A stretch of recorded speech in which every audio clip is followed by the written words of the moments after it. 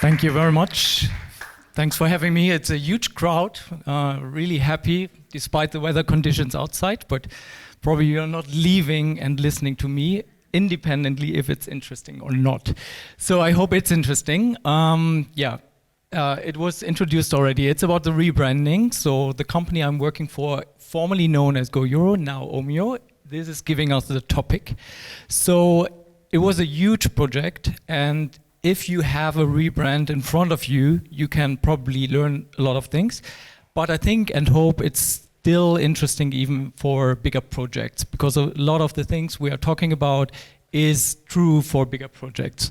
So I don't have an intro slide for me, but I'm even longer in the business like Kelly. It's 22 years, time is running. If you're interested in what I've done before, please visit my LinkedIn page or come to me after the talk. So the agenda is, first I want to talk a bit about GoEuro or Omio. What was the idea behind that, if you haven't heard a lot about the company. Then it's going into the why the rebrand. Why did we do that? Because it's a crazy idea from the outside. And then what have we done? What was the preparation? What was the communication? And what, of course, are the results? And what have we learned during this ride? So the history of GoEuro is pretty interesting. And if you have heard something about our CEO and founder, Naren, originally from India, he raised in the US, and at some point 6 years ago he traveled through Europe, and he was pretty fascinated by the opportunities of transportation. So he said, it's incredible. You can go by bus, train or flight to every city in Europe pretty easily in general. But the big issue is to find what is the right transportation provider and how to buy a ticket. Sometimes it's very complicated to find the right ticket. Sometimes it's about I think the mic. I think it's, okay. Sometimes it's about the language. Some providers don't offer an English page, for example, and therefore it was very complicated to find the way. And he dealt a lot with searching for tickets, going to the counter, going to a ticket machine. So if you're not German and you go to a German ticket machine, so have fun. And therefore he came up with that idea.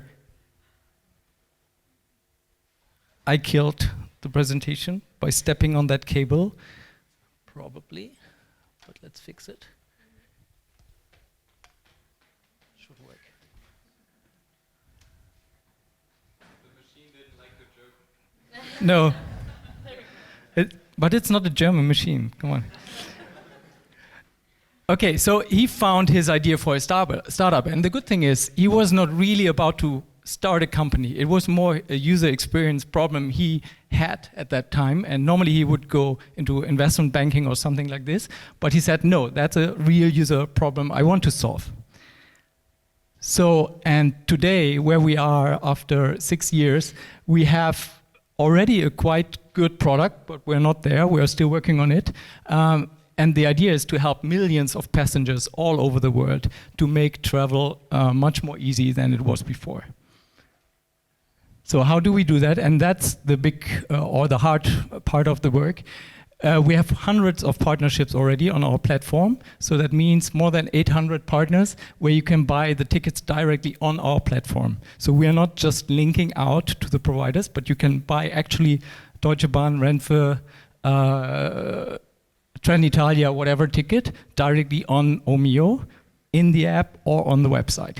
That's pretty cool because you can do it in your own language, you can do it with your own currency, you can do it once you have done it, you learned how to do it, and then you can even go with a very small bus provider in the north of Italy and do a trip for 15 euros using your Omio app. And yeah, we hope we build a pretty simple product. So it has some issues here and there, but we're working on that. If you have not tried that out, please do it and let us know if it's working or not. But that's the basic idea, and we do that with a great team. So we are around 350 people now in Berlin. more than 50 nationalities, so pretty diverse team. So that's cool. I think I'm the only German in my team. No, there's another one. But then there are people from all over the world, from Asia, from the US, from Europe. And it's a pretty cool team and very smart. And I think 100 of the 300 are engineers. So it's a good place for engineers as well. So, but why rebrand? So GoEuro was kind of established, not really. We haven't done a lot of brand activities, so mainly performance marketing. So why rebrand?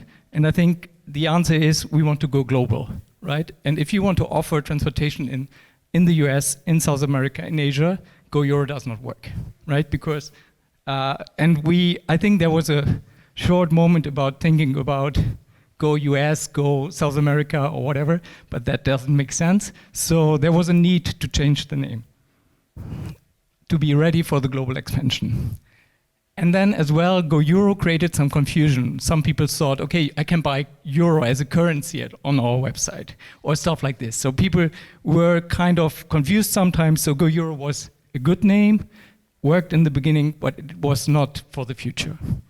And then we saw the opportunity to have a shorter, more international name, which is easy to remember, easy to spell, easy to pronounce in all languages. And why the hell Omio? So I think the idea, probably I should sit. The idea is the two O's are the start and ending point of the travel, of the trip. So that was one condition from our former marketing VP. Then it should not be longer than 4 letters. And you can imagine all the domain grabbers worldwide, 4-letter words, not that many available. So it needed to be an artificial name. And we wanted to avoid an R or any very crazy letters, which are not that easy to spell. For example, French, English, whatever, Polish. So it's very complicated to find good combinations of letters which work in each and every language. So at the end, Omio worked pretty well. And later on, I will tell you, people, of course, if you change something, they don't like it. But after all, they liked it in the end. So the preparation. We started when I joined, more or less. So I joined GoEuro at that time in October 2018. I was told the rebrand will happen in 2 weeks. But it was a bit later. And actually, to be honest, it was planned to be a bit earlier. So even in spring last year. But then, and the idea was to have a new design and the new name at the same time. For good reasons, we split that. And that's the first learning. So we did the rebrand, redesign already in November. So we gave the product a complete new look and feel and kept the old name, but gave it as well a new design. So it was a new logo, but keeping the same GoEuro.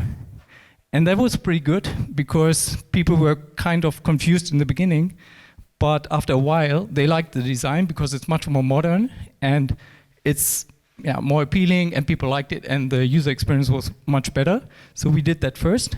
And then we continued to prepare the rename, which is the bigger thing, because it's about all the marketing campaigns and everything is connected to that one. And then in February, end of February, we were live in all markets and the switch was completed in March.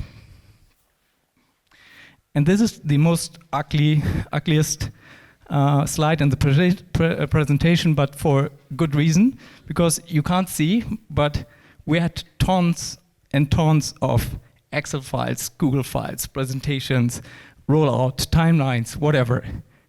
Really tons of those. And I think you could ask yourself, why haven't you streamlined that more? You can't do that. Having more than 300 people, a lot of departments, a lot of teams, each team has to work on something, so you come up with a lot of plans and ideas and presentations, and that was good. But at the end, I think I myself spent hundreds of hours in meetings and talking to my colleagues within my department, within marketing, outside of marketing, with tech tech people and all around, because the more you discuss, the more you find out what to be considered. So that was good. It was a several months long preparation, discussions, project groups and all that. But at the end, it was needed. You can't do that within 2 or 3 weeks. That's impossible. And then the communication, what we did, I think that was very good. And at the end, one of the factors why it went pretty well. So we divided it in 3 phases. So first was the new brand, the redesign. What I just said was these, I think, very nice illustrations. Then we had the new name, and we made that animated GIF, for example. We played a bit with it in order to give people the idea why we have changed that. And if you have not seen it yet, try to find that animation, and you can see that the GoEuro had 2 O's already, and it transfers into Omio pretty well. And then the last phase was the full switch, and we supported it with some vouchers in order to celebrate together with our users. And these 3 phases was a good idea because it introduced step by step to the new name and the new design. So, but you prepare everything very good, you love it, everybody is super happy about that, but what are people saying? So, GoEuro ist jetzt Omio. So, question mark. GoEuro sounds so much better and the name is easier to remember. So, another app with a very weird name change. And then, yeah, this was our reaction. One back. Important is people don't like changes, right? If you change something and people are used to it, they say, okay, I don't want to change. GoEuro is so nice, I liked it, I get used to it, so I don't want to have a new name. But important was how to react to that, right? And if you read that, we tried to do it in a very positive way, understanding, okay, people don't like a change. We didn't like the change as well. We liked our old name, and trying to understand the concerns of the users and try to explain why we have done that. Something like you can't go to the world and offer it still under the name GoEuro. So, and people understood it, and I think it helped a lot because we reacted to that. We took it seriously. And at the end, it was not a big topic anymore. After a few days, people understood it and they accepted it. And then, we made the point. As well, being very performance marketing driven beforehand, as I said in the beginning, we tried to make something which can be seen outside of the digital world. So, for example, this is our office, Schönhauser Allee, close to Torstraße. We put something like Tschüssi GoEuro, Hi Omio, and we even put in the I think it's Media Spray. We put that painted wall in order to tell people we have changed the name and please book your ticket now with Omio. And that was first time we were a bit more visible outside of the digital world, and the reactions were quite positive, and we will continue working on that. So the learnings we had. Preparation is key, and we needed to involve the whole company, that they needed to be aware, okay, something is changing and it impacts everybody. So everybody was impacted. There was no department which was not impacted. So everybody needed to know, okay, that is changing our work, our processes. What we did as well, and I continued that within my team, for example, I always asked everybody by name, please go into your own processes, think what a new name will change within your process, and let us know what needs to be considered. Because there's a tendency for us humans that you rely on other people and they will make it and I don't have to care. But it's much better to involve everybody and ask him or her specifically, please let me know what will be changed in your process. And then still, you need to allocate roles. You need to find responsible people 4 different work streams. So I was responsible for performance marketing, there was another guy for SEO, there was somebody for design, and there was one specific person you needed to talk to, and that person needed to understand the whole project. What we did as well was we included our partners. So we are pretty Google heavy, so we involved them pretty early. As well, Facebook and other partners, we told them we are about to change our name. Please support us and help us. And they did it very well, and it was a big reason why it worked pretty well. And then the last one, if you work in performance marketing, you know that everything is measurable. So numbers are still counting, even if you do a big rebrand. People will check the numbers, we'll see are you on target or not. What we have done, together with the data scientists, we created a kind of a worst case scenario, and we said, if things are going wrong, they will go wrong like this. And we built that in our targets. And I think that was very, very good. Because if you say, okay, we do the rebrand, everything else stays the same, and we will reach our targets, that is not going to happen. So, and the result out of that was that we overachieved that. So we were not as low as we thought in the worst case scenario, and therefore we overachieved our targets, which was of course very good and important for the motivation of the team. And the tricky learnings we had is, if you start thinking about the potential impact, it's everything, right? Assets, Google Ads or AdWords in the past. If you have AdWords campaigns with more than 5 years of history, nobody wants to stop them, right? You want to keep them because all the history is in the campaigns, in the domain. If you change the domain, you lose your history. That's horrible. Nobody likes it. Talk to an SEM manager and tell them, we have a new domain. They would say, great, I'm not changing my campaigns, I keep them, right? So this was one of the biggest concerns we had. And it had an impact, luckily not as big as we thought, but it was a huge, huge project. And in a half-automated way, we changed all the campaigns, which were thousands, and then we let them run in parallel with the old ones and the new ones, and at some point we shifted to the new ones, and with that we had better results than just by changing from one day to another. The app was tricky as well. It's not all in your hands. So Apple, for example, they control when to release a new app version. And affiliate partners, I can tell you, we have sent them, I don't know, 5 emails per partner telling them it's 3 weeks, it's 2 weeks, it's 1 week. And with the last email, they finally reacted kind of and said, oh, you have a new name. Oh, that will take us 1 or 2 weeks to change. So it's not all in your hands. So, but it was not the end of the world, but this is something which was a bit trickier than expected. And then phasing is key. We had that situation before rebrand, transition, and after rebrand. And imagine somebody comes to your website, GoEuro.de, starts the search, comes back after a few days, and then there's a new name, and they want to finish their purchase.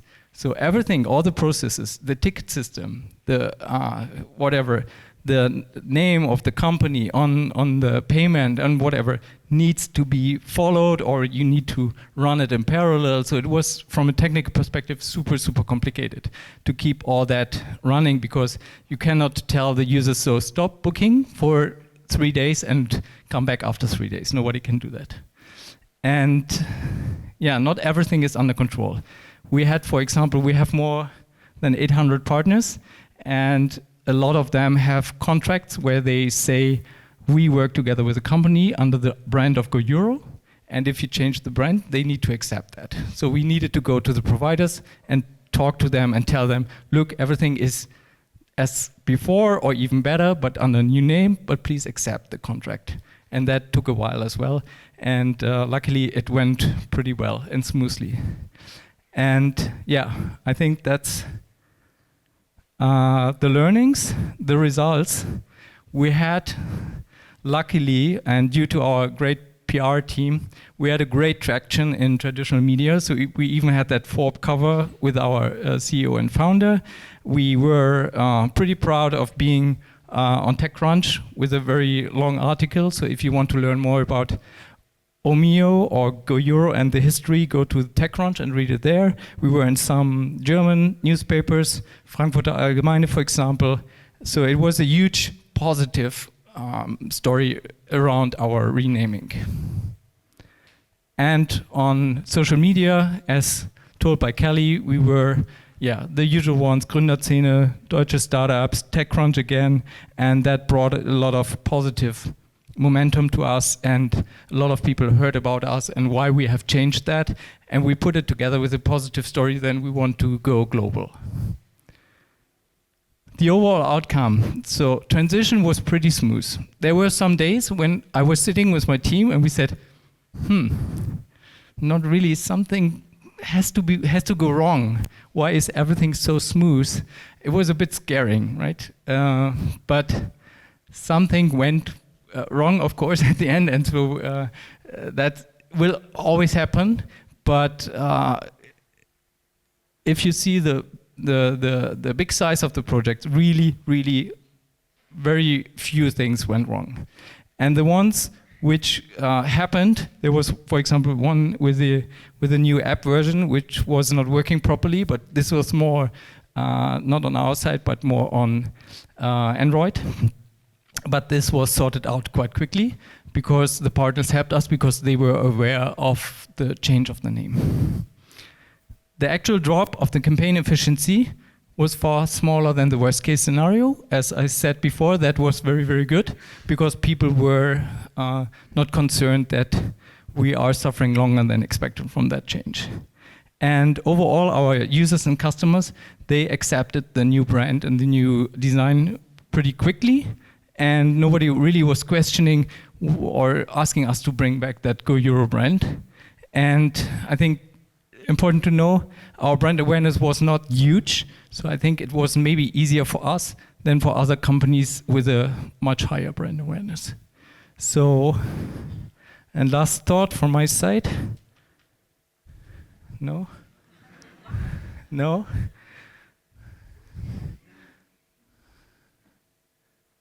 Come on, there.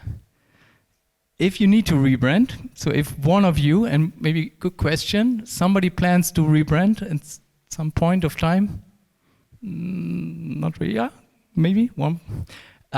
Start the preparation, because waiting makes it much harder because you establish your old brand more and more, and the change and switch will be even harder. In our case, I think after 5 years it was already pretty late, but still it worked out pretty well. So that's it. Thank you for your patience, and sorry for sweating. It's pretty hot here. So happy to answer questions. Does anybody have anything to ask? Big respect for Kelly, not sweating at all here. How have you managed that? Thank you for presenting. I have one quick one. If you would need to do the rebrand again, what would you do differently?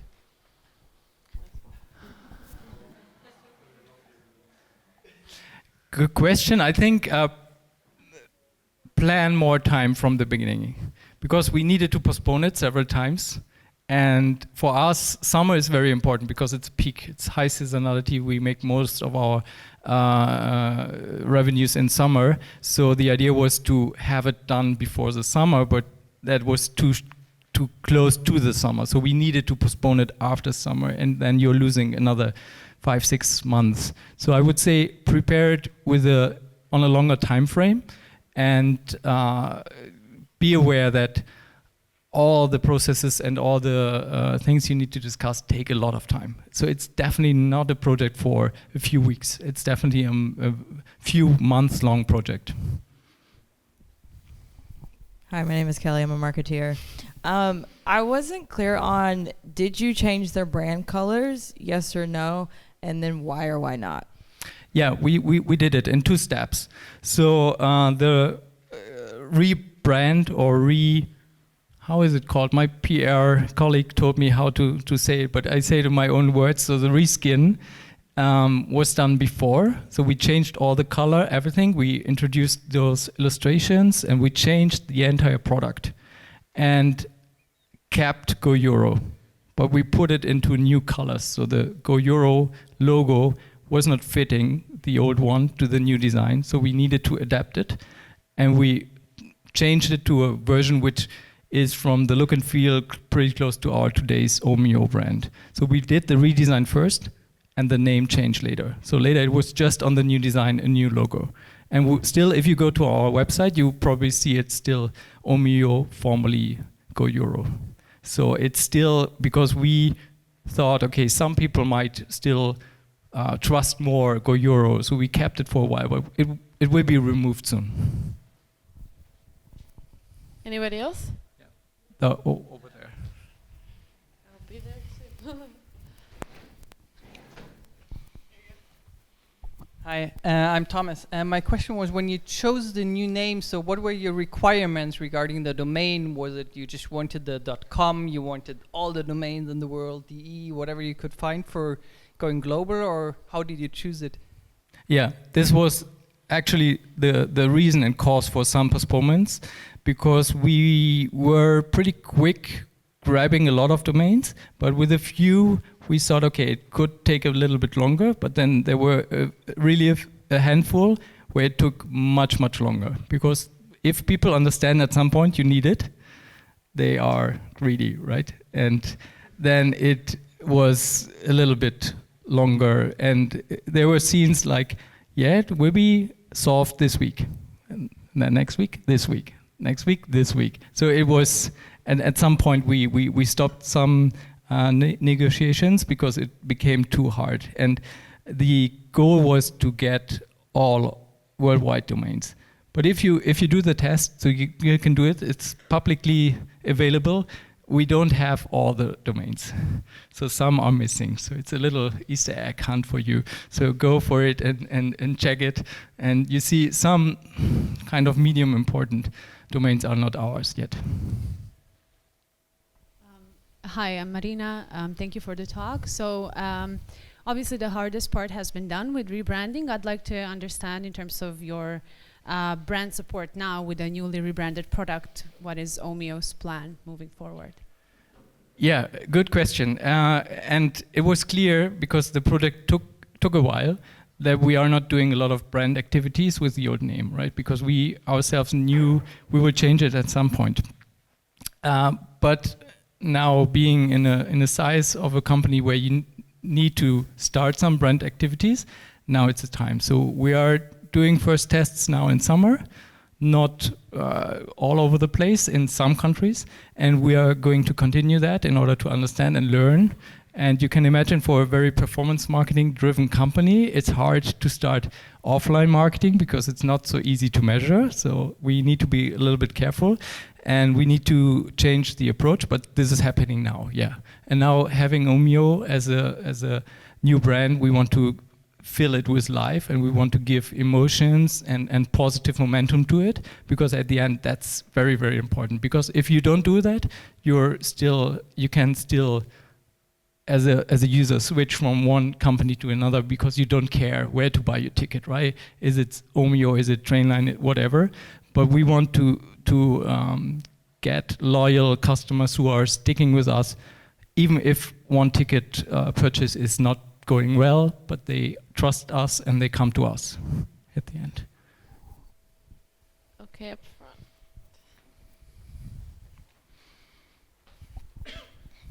Hello, thank you very much for your talk, first of all. Some music. You ordered that? Not really, but that sounds nice.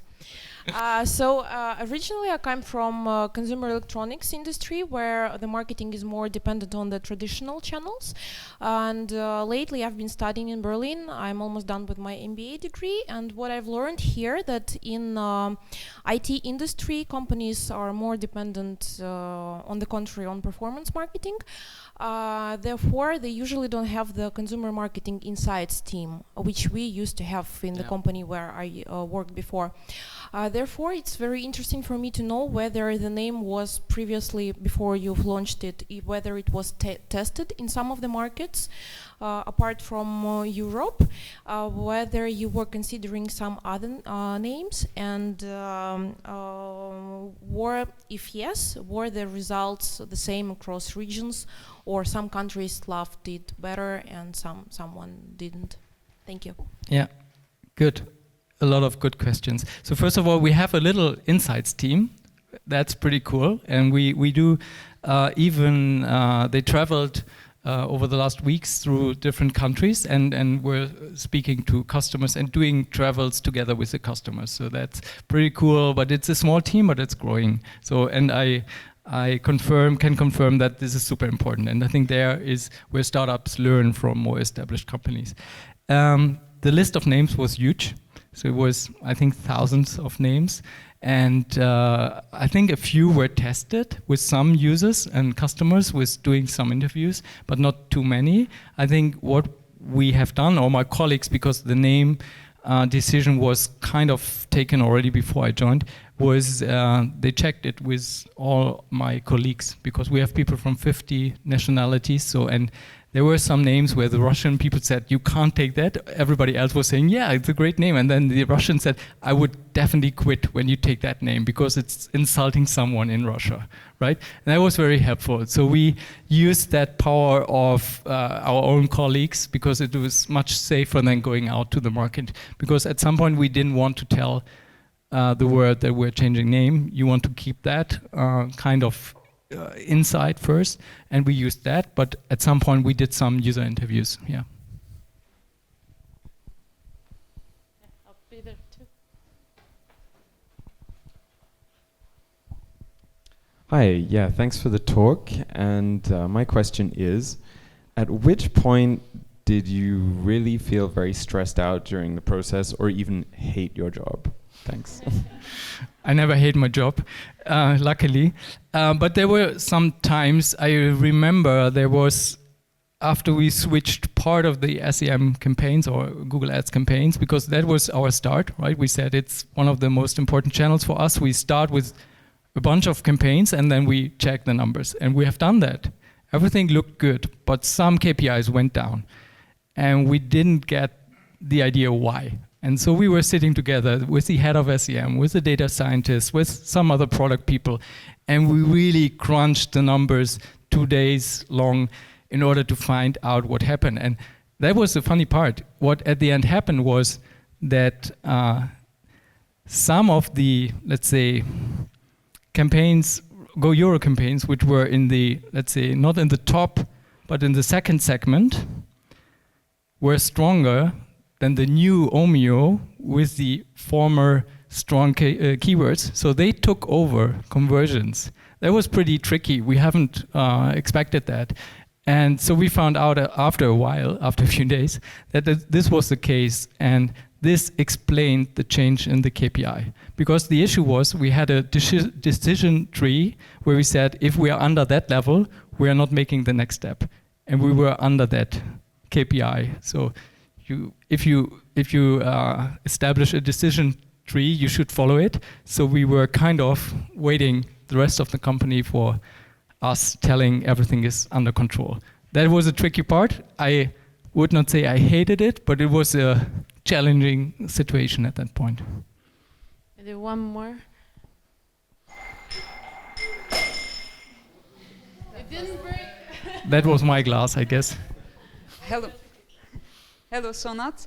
You mentioned the reactions of the consumers, the users, but most probably the resistance, internal resistance took longer. To my experience, especially after 5 years, the people working in the company, they don't they don't understand or they don't accept the urgency or the need that well. Do you still suffer from that nostalgia, and how do you fight with it? I understand your point. It was not that much the case in our company, but I think the reason was that we changed the design first, and that was part of the new name, and everybody was so happy with the new design. And because the old design was working, but it was, from today's perspective, it looked a bit outdated. I think people were happy to change to a new thing and a more modern product, and they accepted the new name. And I think in our case it was understandable for everybody. Why keeping GoEuro if we offer at some point transportation in the US, right? Everybody was saying, yeah, it's clear, it's very clear. I think for some other companies, I heard at Mobile Spree, I don't know if you were there was the company called Captain. It's a French company, and I think it's in the Uber segment. And they changed the name, and they before had a French name, and they loved it because they were French and they were so close to their brand. And then they changed it to something like Captain, and there was much more pain involved in that case, I think. In our case, it was fine. So I think none of my colleagues is saying I would prefer to still work for GoEuro. Beautiful. Thank you so much for all the responses and the questions. Thank you.